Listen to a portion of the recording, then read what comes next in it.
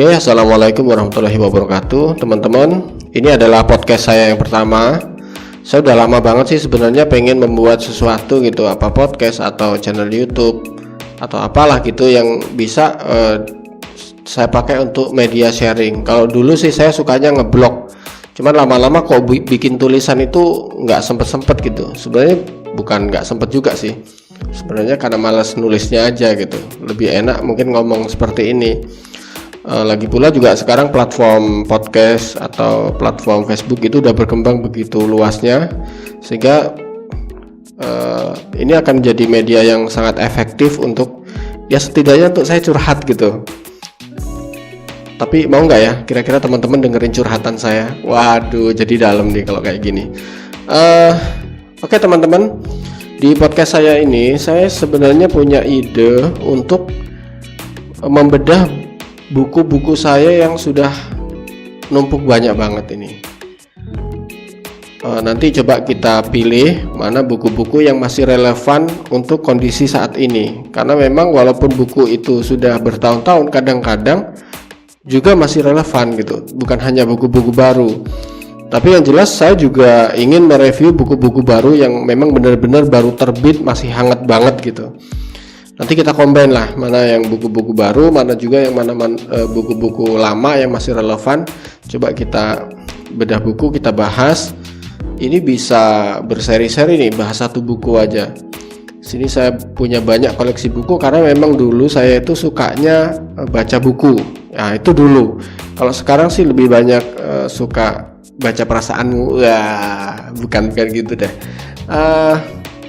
Oke, saya juga ini sekarang lagi nunggu pre-order bukunya Pak Mardi Guwowi yang Tata Titis. Itu katanya sih konon buku yang masterpiece, fenomenal gitu, yang membahas bagaimana seorang pebisnis itu jatuh. Beliau jatuh sampai ke titik nadir, titik yang paling rendah, kemudian bagaimana cara-cara beliau bisa bangkit dan kembali menjadi triliuner, bukan lagi milioner. Jadi ini bisa jadi catatan kita ya.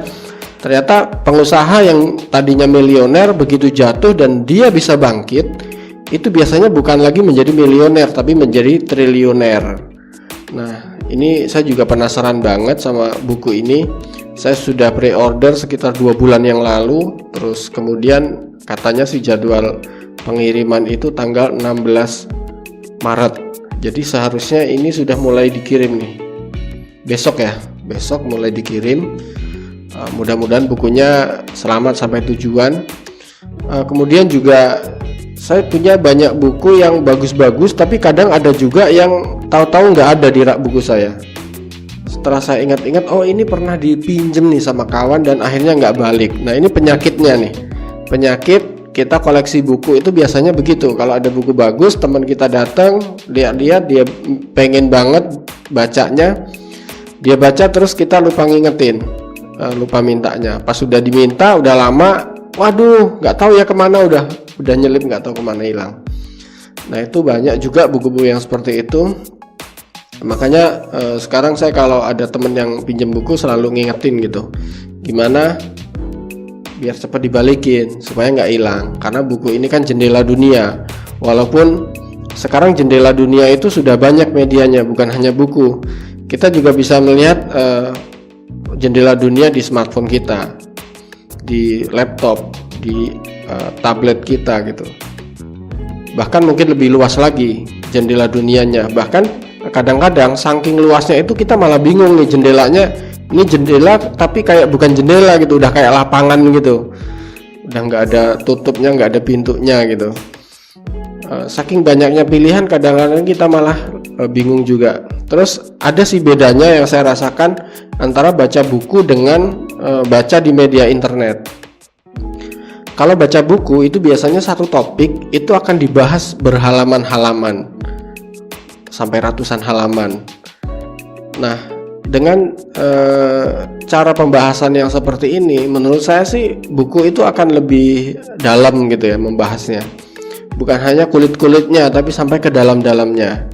Tapi ya tergantung penulis bukunya juga sih. Kadang ada juga buku itu yang tebal tapi kulit semua isi ilmunya gitu.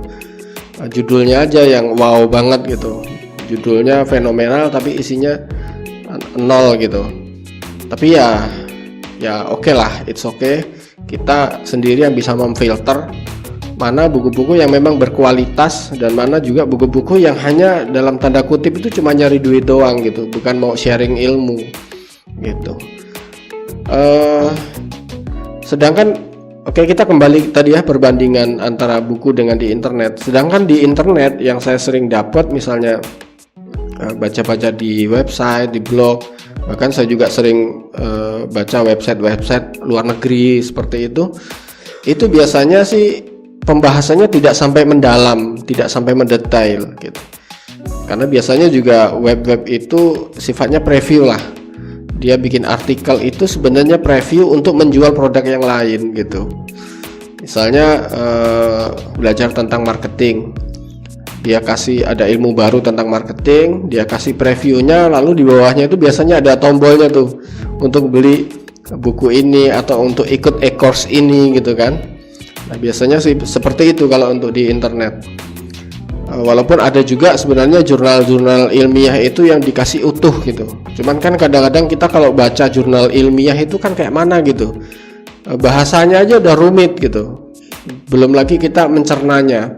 Terus kadang-kadang juga mau buat apa gitu, jurnal-jurnal ilmiah yang mungkin belum bersentuhan langsung dengan kita saat ini, dengan kebutuhan kita kan. Jadi saya lebih sering mencari buku-buku atau bacaan-bacaan itu yang memang sedang saya butuhkan saat itu. Misalnya ketika perusahaan saya sudah mulai merekrut SDM gitu, saya akan cari buku-buku tentang SDM, tentang bagaimana menanamkan budaya perusahaan di perusahaan kita. Ketika mungkin lagi trennya slow down gitu, biasanya sih ya mungkin hampir semua ketika slow down kita akan banyak belajar tentang bagaimana selling, bagaimana marketing, bagaimana branding. Nah, yang buku-buku seperti itu yang akan dicari gitu. Itu sudah naluri gitu. Ketika bisnis kita down, yang akan terfikir buat kita adalah bagaimana kita bisa meningkatkan lagi. Nah, cara meningkatkannya ya salah satunya adalah dengan menggenjot penjualan gitu. Nah, kalau kita bicara menggenjot penjualan, tentunya ini tidak akan jauh-jauh dari buku-buku tentang selling, marketing, branding. Mau marketing online, marketing offline, ada juga marketing langit bahkan mungkin. Nah itu. Oke, preview nih sedikit. Saya coba lihat di rak-rak buku saya ini ada apa aja. Ada marketing genius, wah, ada sadar kaya nih, buku Pak Mardi Guwowi yang kemarin. Ada delivering happiness, ada multiple your business stroke SOP. Apalagi nih, ada guerrilla publicity, wah, ada miracle of seven. Ada lagi apa nih, extreme Toyota, ada innovate progress dan kontekstual, ada self driving dari Renal Kasali, ada pesona cinta manusia pilihan. Oh ini kalau ini religi yang ini. Mungkin kita juga sekali-kali nanti akan bahas tentang religi. Di sini juga ada Al-Quran berjalan, cerita tentang Rasulullah, bukan cerita ya, sirah tentang Rasulullah. Ada apa lagi? Menjadi orang yang berpengaruh. Ini buku motivasi. Bukunya Network 21, buku MLM ini, zaman dulu masih ikut MW. Tapi isinya bagus banget. Saya sering baca, sering saya ulang-ulang. Ada 911. Wah, buku apa ini? Ada Syariah Solusi Masalah Bangsa. Ada Multiple Intelligence. Apalagi? Jadi penulis siapa takut.